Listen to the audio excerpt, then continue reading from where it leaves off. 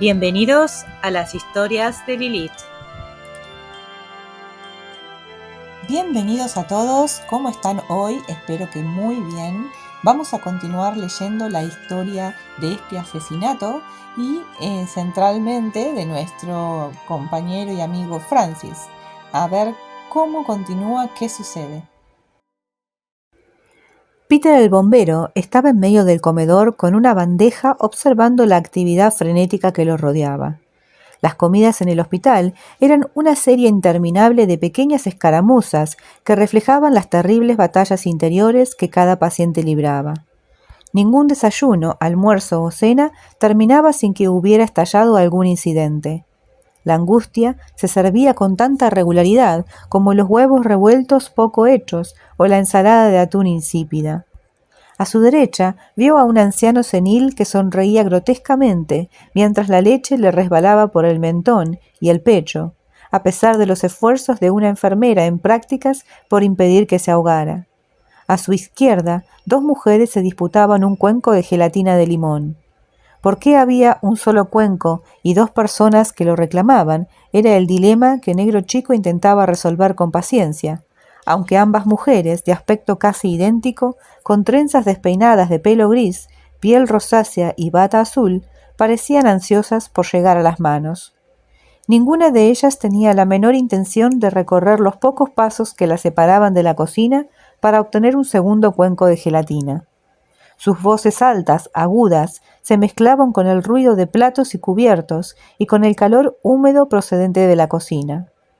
Pasado un segundo, una de las dos mujeres cogió el cuenco de gelatina y lo lanzó al suelo, donde se hizo añicos con el estrépito de un disparo. Peter se dirigió a su habitación, a su habitual mesa del rincón, donde daría la espalda a la pared. Napoleón ya la ocupaba, y Peter suponía que Francis se les uniría pronto, aunque no sabía dónde estaba el joven en ese momento. Se sentó y observó con recelo su plato de fideos. Tenía dudas sobre su procedencia. «Dime algo, Napi», pidió. «¿Qué habría comido un soldado del gran ejército napoleónico un día como este?» Napoleón estaba atacando el plato con avidez, llevándose aquella basofia a la boca como una máquina de émbolos. La pregunta de Peter lo hizo detener para plantearse la cuestión. «Carne enlatada», respondió al cabo de un instante, lo que, dadas las condiciones sanitarias de la época, era una comida bastante peligrosa. O cerdo salado. Pan, por supuesto. Ese era un ingrediente básico, lo mismo que el queso duro que podía llevarse en una mochila. Vino tinto, creo, o agua del pozo o río que hubiera cerca. Si hacían incursiones, algo frecuente entre los soldados, quizá cogerían un pollo o una oca de alguna granja vecina y lo asarían o hervirían. ¿Y si pensaban entrar en combate, una comida especial quizá? No, no es probable. Solían estar hambrientos y a menudo, como en Rusia, se morían de hambre. Aprovisionar al ejército era siempre un problema. Peter sostuvo un trozo irreconocible de lo que le habían dicho era pollo, y se preguntó si podría entrar en combate con este plato a modo de inspiración. «Dime, Napi, ¿crees que estás loco?», preguntó de repente. El hombre hizo una pausa, y un tenedor cargado de fideos rezumantes se quedó a mitad del camino de su boca, donde permaneció mientras se planteaba la pregunta. Al cabo de un momento, dejó el tenedor en el plato. «Supongo que sí, Peter», suspiró con tristeza. «Unos días más que otros». «Hábleme un poco de ellos». Napoleón sacudió la cabeza, y el resto de su entusiasmo habitual se desvaneció. «Los medicamentos controlan bastante los delirios, como hoy, por ejemplo. Sé que no soy el emperador. Simplemente sé mucho sobre el hombre que lo fue, y sobre cómo dirigir un ejército, y lo que pasó en 1812. Hoy solo soy un historiador de tercera categoría. Pero mañana, no sé. Quizá fingiré tomarme la medicación que me den esta noche. Ya sabes, ponérmela bajo la lengua y escupirla después. Hay algunos trucos que casi todo el mundo aprende en el hospital. O puede que la dosis se quede un poco corta. Eso también pasa, porque las enfermeras tienen que distribuir muchas pastillas a veces y no prestan tanta atención como deberían a quién recibe qué. Y ya está. Un delirio muy potente no necesita demasiado terreno para arraigar y florecer. «¿Los echas de menos?», preguntó Peter tras pensar un momento. «¿El qué?». «Los delirios. cuando no los tienes. Te hacen sentir especial cuando los tienes y corriente cuando desaparecen. Sí, sonrió Napoleón, a veces, pero a veces también duelen, y no solo porque puedes ver lo terribles que son para quienes te rodean. La obsesión se vuelve tan grande que te abruma. Es como una goma elástica cada vez más tensa en tu interior. Sabes que al final se tiene que romper, pero cuando crees que lo hará y que todo tu interior se soltará, se estira un poco más. Deberías preguntarle a Pajarillo. Creo que él lo entiende mejor. Lo haré. En ese momento, Peter vio que Francis avanzaba con cautela por el comedor para reunirse entre ellos. Se movía de una forma muy parecida a la que él recordaba de sus días de patrulla en Vietnam, receloso del suelo que pisara por si había bombas trampa. Francis daba bordadas entre las discusiones y los enfados que habían estallado a la derecha, y la rabia y la alucinación de la izquierda, esquivando los escollos de la senilidad o del retraso mental. Cuando llegó a la mesa, se dejó caer en una silla con un suave suspiro de satisfacción. Peter pensó que el comedor era una peligrosa travesía plagada de problemas. Francis hojeó el revoltijo que se solidificaba con rapidez en su plato.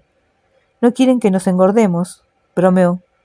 «Alguien me comentó que rocían la comida con toracina», susurró Napoleón con aire de complicidad. «Así saben que nos pueden tener tranquilos y bajo control». Francis miró a las dos mujeres que seguían gritándose por la gelatina. «Pues no parece ir demasiado bien», comentó. «Pajarillo», preguntó Peter, y señaló de modo discreto a las dos mujeres. «¿Por qué crees que están discutiendo?» Francis dudó y enderezó los hombros antes de contestar. «¿Por la gelatina?» Peter sonrió, pero negó con la cabeza. «No, eso ya lo veo», dijo. «Pero, ¿crees que vale la pena pegarse por un bol de gelatina de limón? ¿Por qué gelatina? ¿Por qué ahora?» Francis lo comprendió. Peter tenía una forma de incluir preguntas importantes en otras insignificantes, una cualidad que Francis admiraba porque mostraba la capacidad de pensar más allá de las paredes de Amherst. «Es por tener algo, Peter», respondió despacio. «Es por poseer algo tangible en este sitio en que no tenemos casi nada. No es por la gelatina, es por poseerla.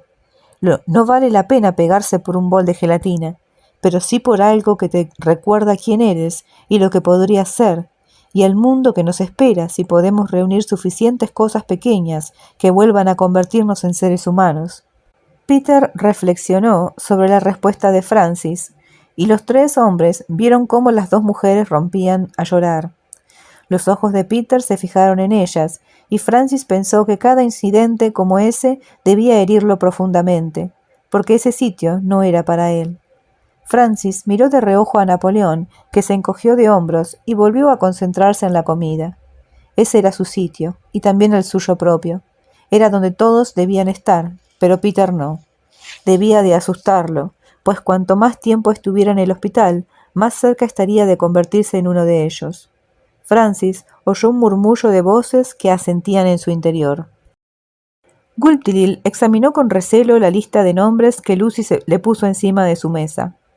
«Parece un número importante de pacientes, señorita Jones. ¿Podría preguntarle cuáles han sido sus criterios de selección?», dijo en un tono frío y nada afable, que dada su voz cantarina, sonaba un poco ridículo.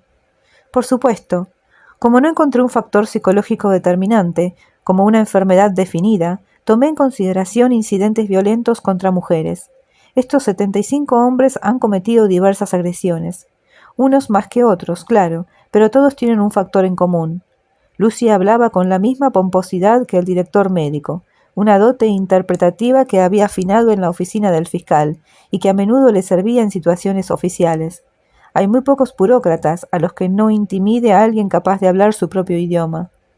Gulptilil se volvió a fijar en la lista y examinó los nombres mientras Lucy se preguntaba si el médico podría asignar una cara y un expediente a cada uno de ellos. Actuaba como si fuera así, pero la fiscal dudaba de que le interesaran demasiado las intimidades de los pacientes. Pasado un instante suspiró. Su afirmación puede aplicarse igualmente al detenido por el asesinato, claro», manifestó. «Aún así, señorita Jones, accederé a lo que pide, pero debo indicarle que me parece una pérdida de tiempo». «Es una forma de arrancar, doctor». Es también una forma de parar, replicó él. Lo que me temo es lo que pasará en sus interrogatorios cuando quiera obtener información de estos hombres. Imagino que le resultarán frustrantes. Sonrió, no de una forma demasiado simpática, y añadió, bueno, supongo que tendrá que averiguarlo por sí misma. Supongo que querrá efectuar estos interrogatorios de inmediato. Hablaré con el señor Evans y quizá con los hermanos Moses, que pueden empezar a llevar a los pacientes a su despacho. De este modo, por lo menos, podrá empezar a trabajar y comprender los obstáculos a que va a enfrentarse. Lucy sabía que Wulfthryth hablaba sobre los caprichos de la enfermedad mental, pero lo que dijo podía interpretarse de distintas formas. Le sonrió y asintió para mostrarle su conformidad. Cuando volvió a Amherst, los Moses la estaban esperando en el pasillo junto al puesto de enfermería de la planta baja. Peter y Francis estaban con ellos, apoyados contra la pared como un par de adolescentes aburridos que pasan el rato en una esquina a la espera de problemas. Aunque el modo en que los ojos de Peter escrutaban el pasillo para observar todos los movimientos y valorar a todos los pacientes que pasaban por allí contradecía su aspecto lánguido. No divisó a Evans, lo que podía ser positivo si se tenía en cuenta lo que iba a pedirles, pero esa fue la primera pregunta que hizo a los dos auxiliares. ¿Dónde está Evans? En otro edificio, respondió Negro Grande, en una reunión de personal de apoyo. Debería llegar en cualquier momento. El gran jefe llamó para decirnos que tenemos que empezar a llevar gente a su despacho. ¿Tiene una lista? Exacto. Supongo que no tienen ganas de verla, comentó Negro Chico. ¿Qué hacemos entonces? No les den esa opción, pero si se ponen frenéticos o empiezan a perder el control, puedo ir a verlos yo. ¿Y si aún así no quieren hablar? No planteemos los problemas antes de tenerlos, ¿vale?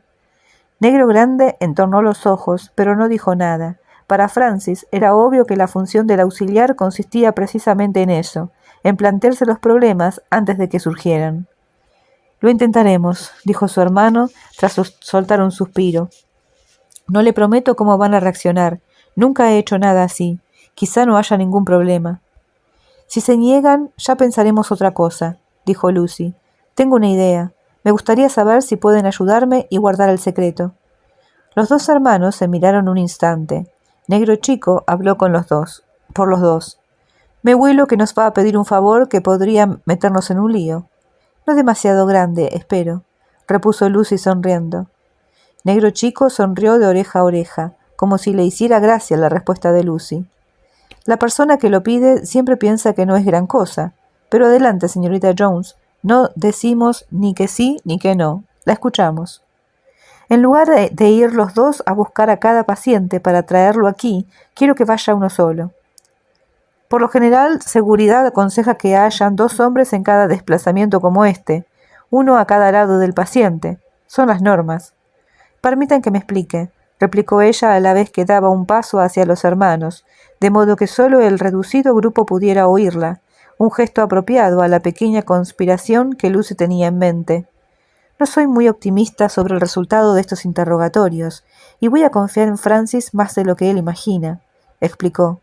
Los demás miraron al joven, que se ruborizó, como si lo hubiera destacado en clase una profesora de la que estuviera medio enamorado. Pero, como Peter indicó el otro día, nos faltan pruebas contundentes. Me gustaría intentar algo al respecto. Los Moses la escuchaban con atención. También Peter se acercó, lo que estrechó más el grupo. Quiero que mientras hablo con estos pacientes, se registre a conciencia sus cosas, prosiguió Lucy. ¿Han registrado alguna vez una cama y un arcón? Por supuesto, asintió Negro Chico. De vez en cuando. Eso forma parte de este excelente trabajo. Lucy lanzó una rápida mirada a Peter, que parecía deseoso de dar su opinión. Y me gustaría que Peter interviniera en esos registros, añadió, que estuviera al mando. Los dos auxiliares se miraron, y Negro Chico replicó, Peter no puede salir del edificio Amherst, señorita Jones. Me refiero a que solo puede hacerlo en circunstancias especiales, y es el doctor Wulfthryth o el señor Evans quienes dicen cuáles son esas circunstancias especiales. Evans no le ha dejado cruzar estas puertas ni una sola vez. ¿Se supone que hay riesgo de que se escape?, preguntó Lucy, un poco como si estuviera ante un juez en una solicitud de libertad bajo fianza. Evans lo puso en el expediente, respondió Negro Chico a la vez que sacudía la cabeza. Es más bien un castigo, porque tiene pendiente cargos graves. Peter está aquí por orden judicial para ser evaluado, y supongo que la prohibición de salir es normal en casos así. ¿Hay alguna forma de saltarse eso? Hay formas de saltárselo todo, si es lo bastante importante, señorita Jones. Peter guardaba silencio. Francis vio de nuevo que se moría de ganas de hablar, pero tenía la sensatez de mantener la boca cerrada. Los auxiliares no se habían negado aún a la petición de Lucy. ¿Por qué cree que Peter tiene que hacer esto, señorita Jones? ¿Por qué no mi hermano o yo? Quiso saber Negro Chico. Por un par de razones, respondió Lucy. Primero, como saben, Peter era un investigador muy bueno, y sabe cómo, dónde y qué buscar, y cómo tratar cualquier prueba. Y como ha recibido formación en la obtención de pruebas forenses, espero que pueda detectar algo que quizá podría escapársele a usted o a su hermano. Negro Chico apretó los labios, reconociendo tácitamente que aquello era cierto. Lucy lo tomó como un asentimiento y prosiguió. Y otra razón es que no estoy segura de querer comprometerlos en todo esto. Imaginemos que encuentran algo en un registro. Estarán obligados a contárselo a Wulfthryl, que técnicamente es el responsable máximo, y probablemente esa prueba se perderá o se estropeará. Si Peter encuentra algo, bueno, es otro loco del hospital.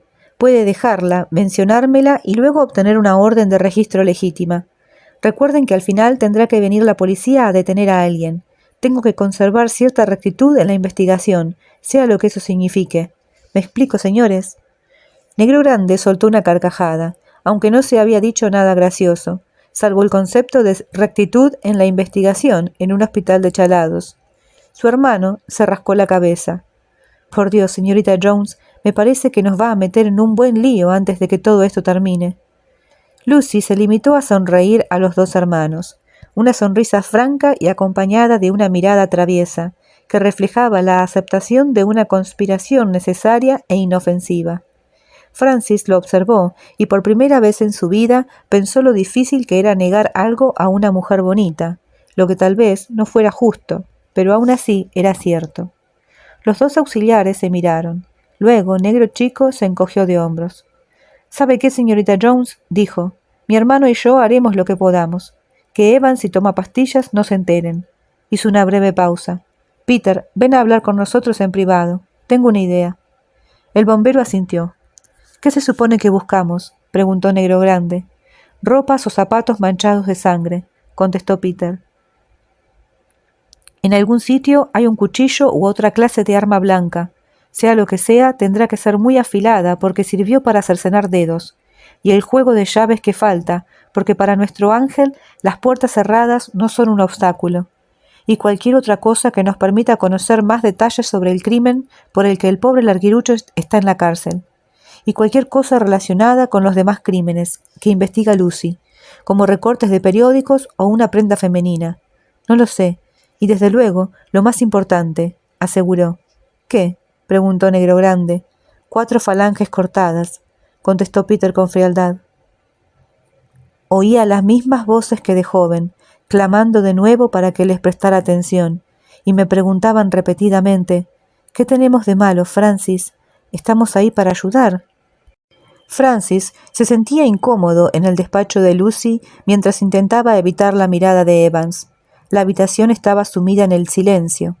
Había un calor pegajoso y enfermizo, como si la calefacción se hubiera quedado en marcha a la vez que la temperatura exterior se disparaba.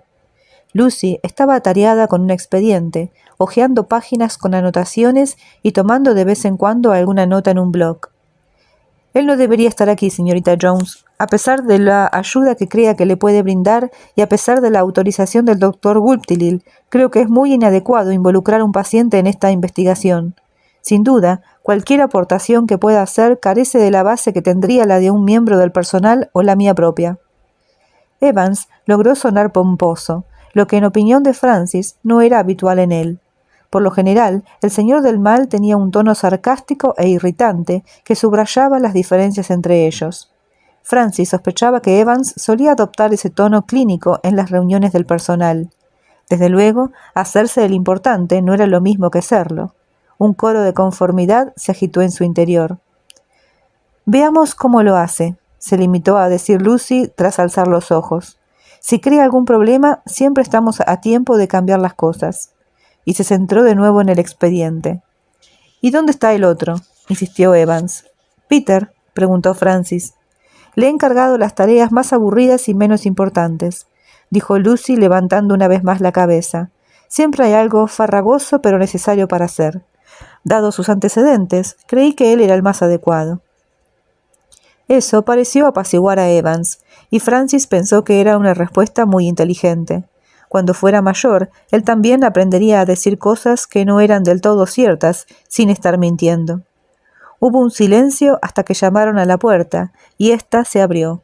Negro Grande entró en el despacho acompañado de un hombre al que Francis reconoció del dormitorio de arriba.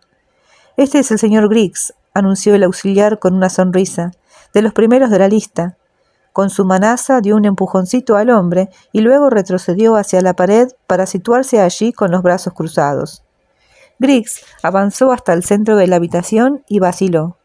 Lucy le señaló una silla, desde donde Francis y el señor del mal podrían observar sus reacciones a las preguntas. Era un individuo enjuto y musculoso de mediana edad, medio calvo y con el pecho hundido. Respiraba con un resuello asmático. Recorrió la habitación con mirada precavida, como una ardilla que levantara la cabeza ante un peligro lejano. Una ardilla con unos dientes irregulares y amarillentos, y un carácter inquieto. Tras dirigir a Lucy una penetrante mirada, extendió las piernas con expresión irritada. «¿Por qué estoy aquí?», preguntó. «Como sabrá», respondió Lucy, «en las últimas semanas se han suscitado algunas preguntas sobre la muerte de una enfermera en este edificio. Esperaba que usted pudiera arrojar algo de luz sobre ese incidente». Su voz sonaba natural, pero Francis detectó en su actitud y en la forma en que miraba al paciente que algo la había llevado a seleccionar a este hombre primero. Algo en su expediente le había dado que sospechar. «Yo no sé nada», contestó el hombre, y se revolvió en el asiento agitando una mano en el aire. «¿Puedo irme?». En el expediente, Lucy leyó palabras como bipolar y depresión, tendencias antisociales y gestión del enfado. Griggs tenía un popurrí de problemas. También había herido a una mujer con una navaja de afeitar en un bar tras invitarla a unas copas y haber sido rechazado cuando se le insinuó. También había ofrecido resistencia cuando la policía lo detuvo, y a los pocos días de haber llegado al hospital, había amenazado a Rubita y a otras enfermeras con vengarse espantosamente. Cuando intentaban obligarlo a tomar la medicación por la noche, cambiaban el canal de televisor en la sala de estar o le impedían molestar a otros pacientes, lo que hacía casi a diario. Cada uno de estos incidentes estaba debidamente documentado.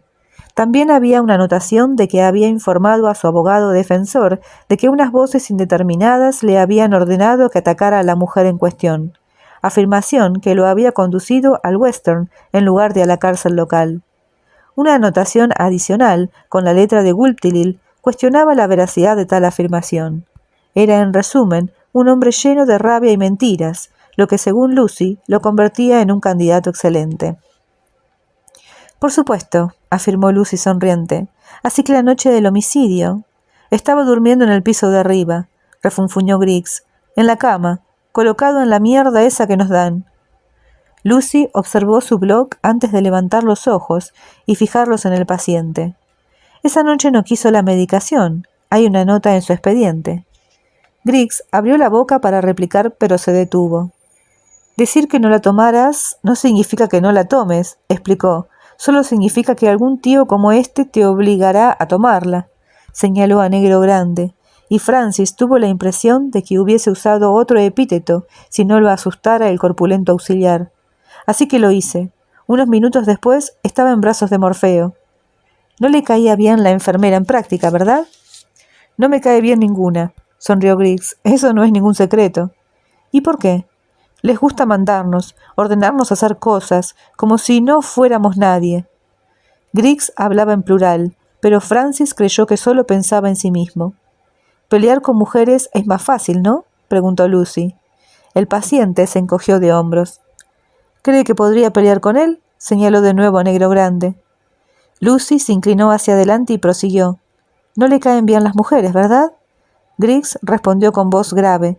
Usted no me cae demasiado bien. Le gusta lastimar a las mujeres, ¿no? Preguntó Lucy. El hombre soltó una carcajada sibilante, pero no contestó. Lucy, con voz monótona, cambió de dirección. ¿Dónde estaba en noviembre de hace 2 años? ¿Cómo? Ya me ha oído. ¿Y qué quiere que me acuerde? Ese es un problema para usted, porque le aseguro que puedo averiguarlo. Griggs se revolvió en la silla para ganar tiempo. Francis observó que se esforzaba en pensar, como si intentara ver algún peligro entre la tiniebla. Trabajaba en una obra en Springfield, afirmó, en la carretera, en la reparación de un puente, un trabajo asqueroso. ¿Ha estado alguna vez en Concord? ¿Concord? Ya me ha oído. No, nunca. Cae al otro lado del estado. Y su jefe en esas obras, cuando lo llame, no me dirá que tenía acceso al camión de la empresa, ¿verdad? Ni que lo mandó a hacer recados a la zona de Boston. Griggs parecía un poco confundido. No, negó tras un momento de duda. Esos trabajos fáciles se los daban a otros. Yo trabajaba en los pilares. Lucy cogió una fotografía de los anteriores crímenes. Francis vio que correspondía al cadáver de la segunda víctima. Se inclinó sobre la mesa y la puso delante de Griggs. ¿Recuerda esto? Preguntó. ¿Recuerda haberlo hecho? No. La voz de Griggs perdía algo de su bravuconería. ¿Quién es? Dígamelo usted. Nunca la he visto. Yo creo que sí. No. En esas obras en las que trabajó existen registros de las actividades de los obreros, así que me resultará fácil demostrar que estuvo en Concord. Pasa lo mismo con la anotación de que no recibió ningún medicamento la noche en que la enfermera fue asesinada aquí. Es solo cuestión de papeleo. A ver, probemos de nuevo. ¿Hizo usted esto? Griggs sacudió la cabeza. Si pudiera, lo haría, ¿cierto? Negó otra vez. Me está mintiendo. Griggs inspiró despacio, resollando, para llenarse los pulmones. Cuando habló, lo hizo con una rabia apenas contenida. Yo no hice eso a ninguna chica que haya visto nunca, y está equivocada si cree que lo hice. ¿Qué hace a las mujeres que no le caen bien? Las rajo, esbozó una sonrisa maliciosa. Como a la enfermera en prácticas, repuso Lucy. Griggs negó otra vez con la cabeza. Echó un vistazo alrededor de la habitación, primero en dirección a Evans y después a Francis. No contestaré más preguntas, anunció. Si quiere acusarme de algo, adelante, hágalo. De acuerdo, dijo Lucy. Ya se puede ir, pero quizá volvamos a hablar. Griggs se levantó sin responder. Preparó algo de saliva y Francis creyó que iba a escupir a la fiscal. Negro Grande debió de pensar lo mismo, porque cuando Griggs dio un paso adelante, la mano del corpulento auxiliar le aferró el hombro como un torno de banco. Ya has terminado, le advirtió con calma. No hagas nada que me enfade más de lo que ya estoy. Griggs se zafó de la presa y se volvió. Francis vio que quería decir algo más, pero en cambio empujó la silla para que chirriara contra el suelo y luego se marchó. Una pequeña muestra de desafío. Lucy lo ignoró y empezó a anotar cosas en su blog. Evans también escribía algo en una libreta. Bueno, le dijo Lucy, no es que se haya descartado, ¿no crees? ¿Qué está escribiendo? Francis guardó silencio cuando Evans alzó los ojos con una expresión algo ufana.